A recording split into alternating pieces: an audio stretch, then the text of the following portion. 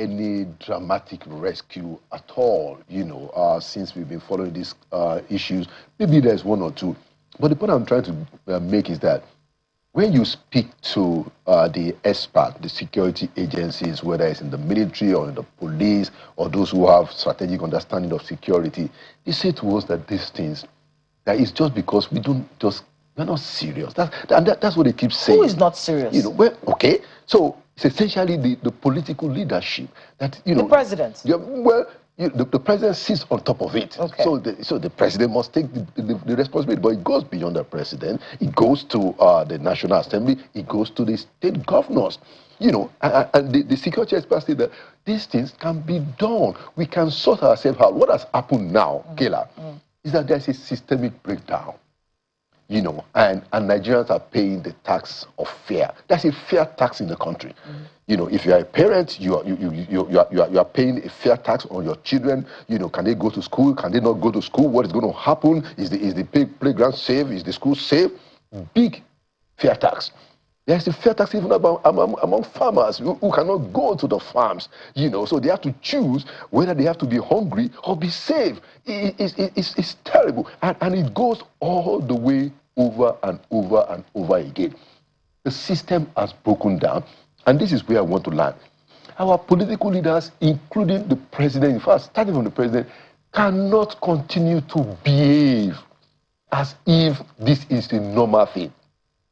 And those of us, citizens, we cannot also behave as if this is also normal. Voices must be raised.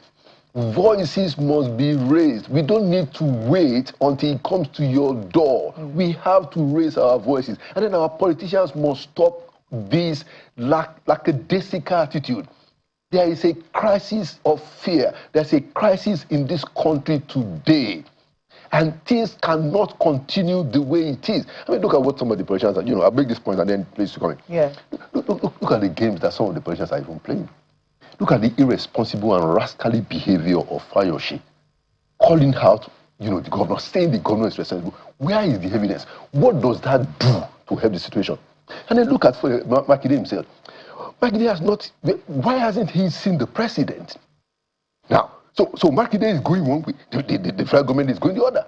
They are not coming together even to present themselves to the people. This is not a time for games. We need politicians to put their hearts together. Please play down the politics. Play down your job security. Play up national security.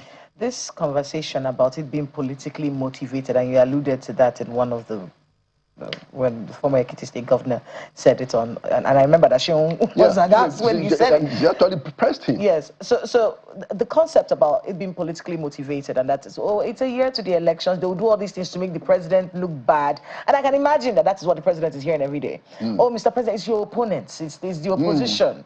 They will be doing all these things so that you can look bad. Even if that's the situation, how should the president himself be responding?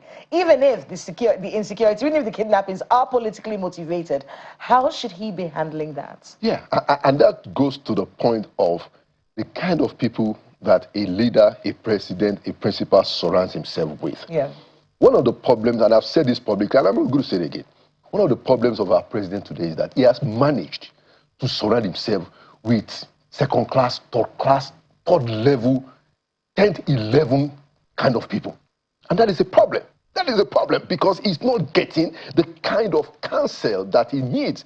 So for people we're talking about that kind of a rubbish, that is your political enemies and opponents, who cares? Who cares who are doing it? Whoever is doing it is a criminal. Do you understand, Kira? Whoever is doing it is a criminal. And the state exists to go after criminals and bring them to justice. That is all we care. We don't want to hear, people telling the president or saying it just like Fayose behaved irresponsibly on TV. That's not our business. Our business is that there is a crime, there should be punishment. Whether it's by your political opponents or by terrorist organizations around the world, doesn't matter. That is why the president is called the commander-in-chief.